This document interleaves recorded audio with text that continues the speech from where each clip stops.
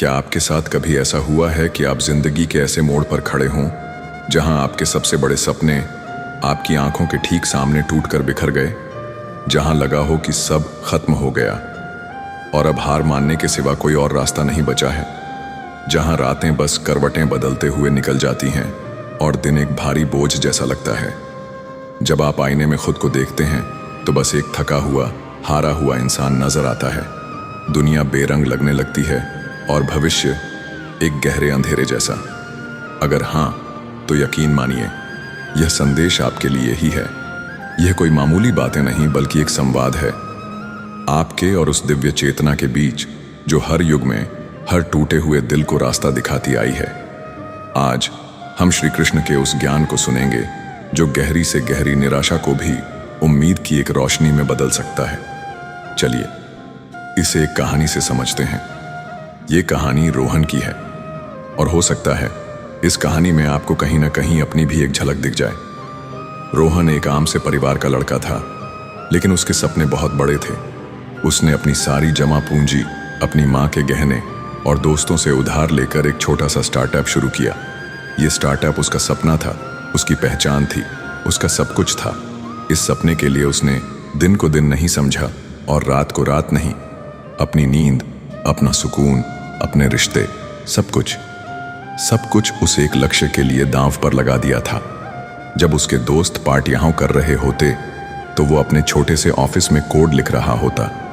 जब घर वाले त्योहार पर साथ बुलाते तो वो किसी इन्वेस्टर को प्रेजेंटेशन दे रहा होता। उसकी दुनिया सिमटकर उस लैपटॉप की स्क्रीन में रह गई थी। उसे पक्का यकीन था कि उसकी मेहनत रंग लाएगी, वो कामयाब होगा, अपने परिवार को एक बेहतर जिंदगी देगा और उन सभी को गलत साबित करेगा जिन्होंने कहा था कि तुमसे नहीं होगा। 2 साल तक उसने जी तोड़ा मेहनत की, हर मुश्किल से लड़ा, कई बार गिरा, पर हर बार दोगुनी हिम्मत से उठा। अब उसे लगने लगा था कि मंजिल बस कुछ ही कदम दूर है।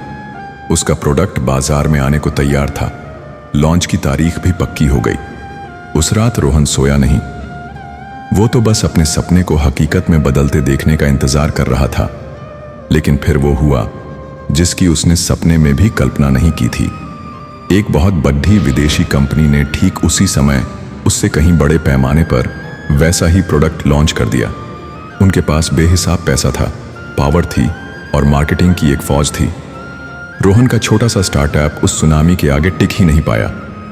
कुछ ही हफ्तों में उसका सपना, उसकी मेहनत, उसके पैसे, सब कुछ डूब गया।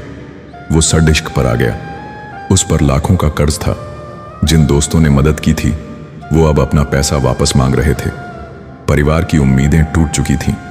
वो इंसान जो कल तक अपनी टीम को हौसला देता था, आज किसी से नजरें मिलाने की हिम्मत नहीं कर पा रहा था। वो सड़क पर आ गया। उस पर लाखों का कर्ज था। जिन दोस्तों ने मदद की थी वो अब अपना पैसा वापस मांग रहे थे। परिवार की उम्मीदें टूट चुकी थीं। वो इंसान जो कल तक अपनी टीम को हौसला देता था, आज किसी से नजरें मिलाने की हिम्मत नहीं कर पा रहा था। उसका कमरा ही उसकी दुनिया बन गया, अंधेरे में डूबा हुआ, बिखरा हुआ, ठीक उसकी अपनी जिंदगी की तरह। उसे हर तरफ से बस एक ही आवाज गूंजती हुई सुनाई देती, तुम हार गए, तुम एक लूजर हो। उसे लगा जैसे उसका वजूद ही खत्म हो गया है। वो सपना सिर्फ एक प्रोजेक्ट नहीं था, वो सपना ही रोहन था। और जब सपना टूटा तो रोहन भी टूट गया। एक शाम जब वो अपनी निराशा के सबसे गहरे पल में था, जब उसे लगा कि अब जीने का कोई मतलब नहीं, वो बस बिना कुछ सोचे घर से निकल पड़ा। कोई मंजिल नहीं थी, कोई ठिकाना नहीं था। चलते चलते उसके कदम उसे एक पुराने शांत से इलाके में ले आए। वहां एक छोटा सा पुस्तकालय था जिसके बाहर एक बुजुर्ग भगवद गीता का पाठ कर रहे थे।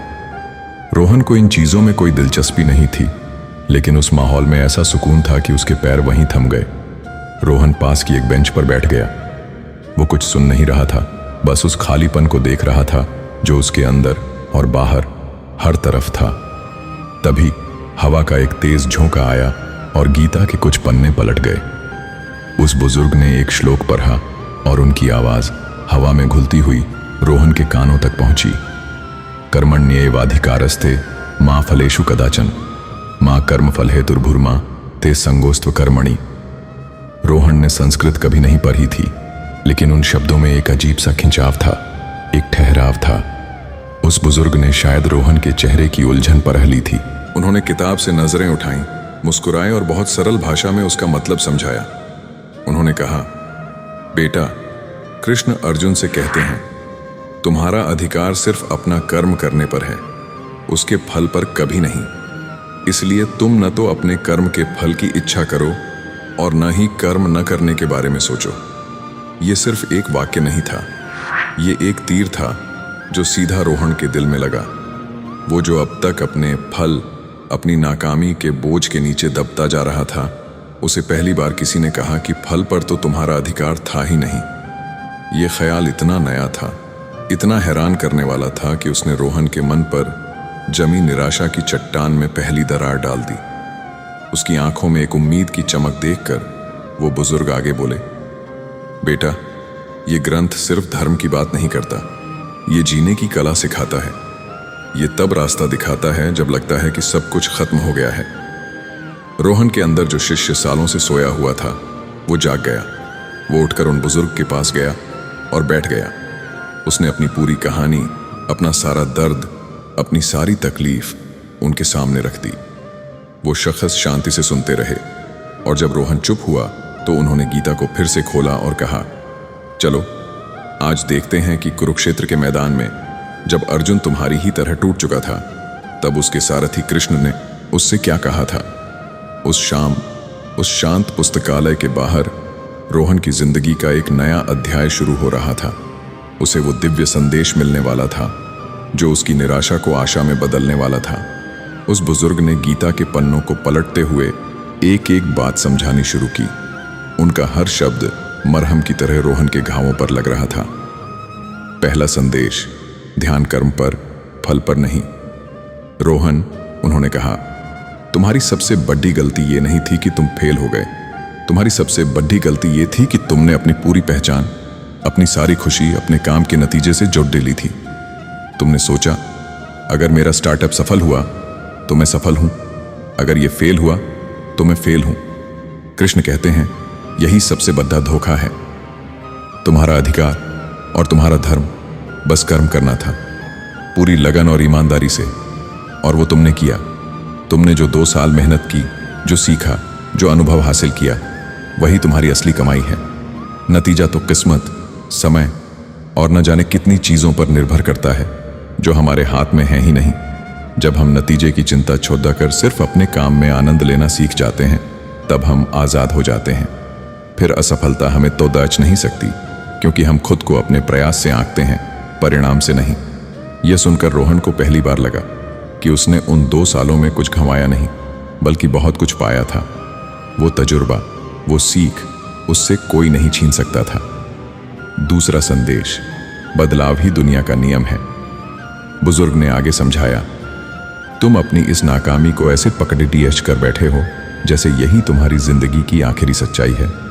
लेकिन कृष्ण कहते हैं, जो हुआ अच्छा हुआ, जो हो रहा है अच्छा हो रहा है, जो होगा वो भी अच्छा ही होगा। सुनने में ये बात अजीब लग सकती है, पर इसका मतलब बहुत गहरा है। कृष्ण हमें बताते हैं कि बदलाव ही दुनिया का नियम है। जो आज तुम्हारा है, कल किसी और का था, परसों किसी और का हो जाएगा। सुख दुख, सफलता असफलता, ये सब मौसम की तरह हैं, आते हैं और चले जाते हैं। तुम इन्हें पकड़ डच कर नहीं बैठ सकते। अगर आज तुम असफलता के अंधेरे में हो तो ये हमेशा नहीं रहेगा। जैसे रात के बाद सुबह होती ही है, वैसे ही दुख के बाद सुख भी आएगा। इस बदलाव को स्वीकार करो। इस नाकामी को एक अंत की तरह मत देखो, इसे जिंदगी के एक नए मोद्दा की तरह देखो। क्या पता यह असफलता तुम्हें कुछ बहुत बड़ा सिखाने आई हो, तुम्हें किसी बेहतर रास्ते पर ले जाने के लिए आई हो। रोहन को अपने दादाजी की बात याद आ गई, जो कहते थे, जब एक दरवाजा बंद होता है तो भगवान 100 नए दरवाजे खोल देता है। उसे लगा कि वो बंद दरवाजे को ही पीट रहा था, जबकि उसके चारों ओर कई और रास्ते भी हो सकते थे। तीसरा संदेश, तुम्हारी असली पहचान क्या है। और सबसे जरूरी बात, रोहन, बुजुर्ग ने उसकी आंखों में झांकते हुए कहा, तुम कौन हो? क्या तुम एक असफल बिजनेसमैन हो, क्या तुम वो इंसान हो जिस पर कर्ज है? नहीं। कृष्ण अर्जुन से कहते हैं, तुम न ये शरीर हो, न ये मन हो, और न ही ये सफलता या असफलता हो। तुम एक अमर, कभी न खत्म होने वाली आत्मा हो। नयनम छिंदंती शस्त्राणि नयनम दहति पावका, न चैनम क्लेदयन्ते आपो न शोषयति मारुतः। यानी इस आत्मा को न कोई हथियार काट सकता है, न आग जला सकती है, न पानी भिगो सकता है, और न हवा सुखा सकती है। तुम्हारी बाहरी मुश्किलें, तुम्हारी नाकामी, तुम्हारे पैसों का नुकसान, ये सब तुम्हारे शरीर और मन के स्तर पर हुआ है। तुम्हारी असली पहचान तुम्हारी आत्मा पर इसकी एक खरोंच भी नहीं आई है। वो आज भी उतनी ही पवित्र और शक्तिशाली है जितनी हमेशा से थी। ये सुनकर रोहन के रोंगटे खड़े हो गए। पहली बार किसी ने उसे उसकी दौलत और शोहरत से परे देखने को कहा था। ये सोचना कि उसकी असली कीमत उसके बैंक बैलेंस या बिजनेस से नहीं जुड़ी है, उसे एक अजीब सी शांति दे रहा था। वो सिर्फ एक हारा हुआ कारोबारी नहीं था, वो उससे कहीं ज्यादा था। वो उस अनंत शक्ति का हिस्सा था जो कभी नष्ट नहीं हो सकती। चौथा संदेश, दुख की असली वजह क्या है? तो फिर हमें दुख होता क्यों है? रोहन ने धीरे से पूछा। बुजुर्ग मुस्कुराए। कृष्ण कहते हैं, दुख का कारण हालात नहीं, बल्कि उन हालातों से हमारा लगाव, हमारी आसक्ति है। ध्यायतो विषयान पुंसः संगस्ते शूप जायते, संगात संजायते कामः कामात् क्रोधो भिजायते। इसका मतलब है, जब हम किसी चीज के बारे में बहुत सोचते हैं तो हमें उससे लगाव हो जाता है। लगाव से उसे पाने की इच्छा पैदा होती है, और जब वो इच्छा पूरी नहीं होती तो गुस्सा आता है। गुस्से से दिमाग काम करना बंद कर देता है, और जब बुद्धि भ्रष्ट हो जाती है तो इंसान का पतन हो जाता है। रोहन, तुम्हारा दुख तुम्हारी नाकामी की वजह से नहीं है। तुम्हारा दुख तुम्हारे सपने से बहुत ज्यादा लगाव की वजह से है। तुम्हारा दुख मेरा स्टार्टअप, मेरी सफलता, मेरा सपना, इस मेरा शब्द से पैदा हुआ है। जिस पल तुम इस लगाव को छोड़ दाच कर ये मान लोगे कि तुम सिर्फ एक जरिया थे, उसी पल तुम्हारा गुस्सा, तुम्हारी निराशा, तुम्हारा दुख सब भाप बनकर उड्डयन चढ़ जाएगा। कृष्ण के ये संदेश रोहन के दिलो दिमाग पर छा गए। उसे लगा जैसे कोई सदियों से जमी धूल को साफ कर रहा हो और उसे जिंदगी की असली तस्वीर दिखा रहा हो। उस शाम जब रोहन घर लौटा तो वो रोहन नहीं था जो घर से निकला था। बाहर की दुनिया में कुछ नहीं बदला था। कर्ज अब भी था, नाकामी अब भी एक सच्चाई थी, लेकिन उसके अंदर सब कुछ बदल चुका था। उसके सीने पर जो भारी पत्थर रखा था वो हटने लगा था। मन में जो अंधेरा था, वहां उम्मीद की एक छोटी सी लौ जल उठी थी। उसने पहली बार अपनी नाकामी को एक दुश्मन की तरह नहीं, बल्कि एक गुरु की तरह देखा। एक ऐसा गुरु जिसने उसे वो सिखा दिया था जो शायद कामयाबी कभी नहीं सिखा पाती। उसने सीखा कि उसकी कीमत उसके कामों में है, नतीजों में नहीं। उसने सीखा कि जिंदगी में कुछ भी हमेशा के लिए नहीं रहता, और ये दुख का दौर भी चला जाएगा। उसने सीखा कि वो अपने स्टार्टअप या अपनी पहचान से कहीं बढ़कर है। वो एक अविनाशी आत्मा है। और उसने सीखा कि दुख की असली वजह बाहरी चीजें नहीं, बल्कि हमारा उनसे जुड़ाव है। उस रात महीनों बाद रोहन को सुकून की नींद आई। अगली सुबह वो एक नए इरादे के साथ उठा। उसने अपने सभी लेनदारों को फोन किया, ईमानदारी से अपनी हालत बताई और उनसे थोड़ा वक्त मांगा। उसने अपने माँ बाप से माफी मांगी, उनकी उम्मीदें तो धरने के लिए नहीं, बल्कि अपने दुख में उन्हें भी दुखी करने के लिए। फिर उसने वही किया जो कृष्ण ने अर्जुन को करने के लिए कहा था, कर्म। उसने एक छोटी सी नौकरी कर ली ताकि वो अपना कर्ज चुका सके। ये उसके सपने से बहुत छोटा काम था, लेकिन अब उसे शर्म महसूस नहीं हो रही थी। वो जानता था कि कोई भी काम छोटा या बद्धा नहीं होता, जरूरी ये है कि उसे पूरी लगन से किया जाए। वो हर रोज सुबह थोड़ा समय निकालकर गीता पढ़ा था। कृष्ण के शब्द उसके लिए गाइड बन गए। उसने अपने मन को काबू करना सीखा। जब भी निराशा के बादल उसे घेरते, वो खुद को याद दिलाता, मैं ये मन नहीं हूं, मैं इन सब को देखने वाला साक्षी हूं। धीरे धीरे रोहन की जिंदगी पटरी पर आने लगी। उसकी नौकरी में उसके काम की तारीफ होने लगी। स्टार्टअप वाले अनुभव की वजह से उसके पास ऐसी स्किल्स थीं जो दूसरों के पास नहीं थीं। उसने पुराने दोस्तों से फिर से बात की, इस बार एक बेहतर और विनम्र इंसान बनकर। कुछ साल बाद रोहन ने एक बार फिर अपना बिजनेस शुरू किया, लेकिन इस बार उसका नजरिया पूरी तरह से अलग था। वो सफलता के लिए मेहनत कर रहा था, लेकिन उससे बंधा हुआ नहीं था। वो जानता था कि अगर वो सफल हुआ तो ये ईश्वर की कृपा है, और अगर वो असफल हुआ तो इसमें भी ईश्वर की कोई बेहतर योजना होगी। वो अब नतीजे का गुलाम नहीं, बल्कि अपने कर्म का स्वामी था। उसकी कहानी अब नाकामी की नहीं, बल्कि निराशा पर जीत हासिल करने की थी। उसने अपने टूटे हुए सपनों के मलबे पर एक ज्यादा मजबूत, ज्यादा समझदार और ज्यादा शांत इंसान बनाया था। उसने कृष्ण के संदेश को सिर्फ सुना नहीं था, उसने उसे जिया था।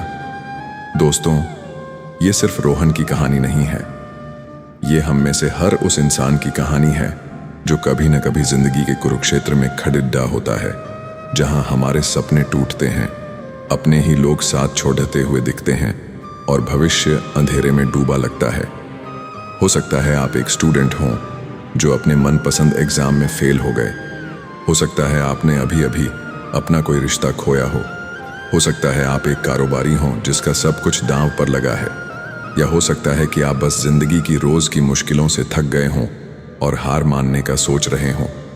आप जिस भी हाल में हैं, याद रखिए, कृष्ण का ये संदेश आपके लिए है।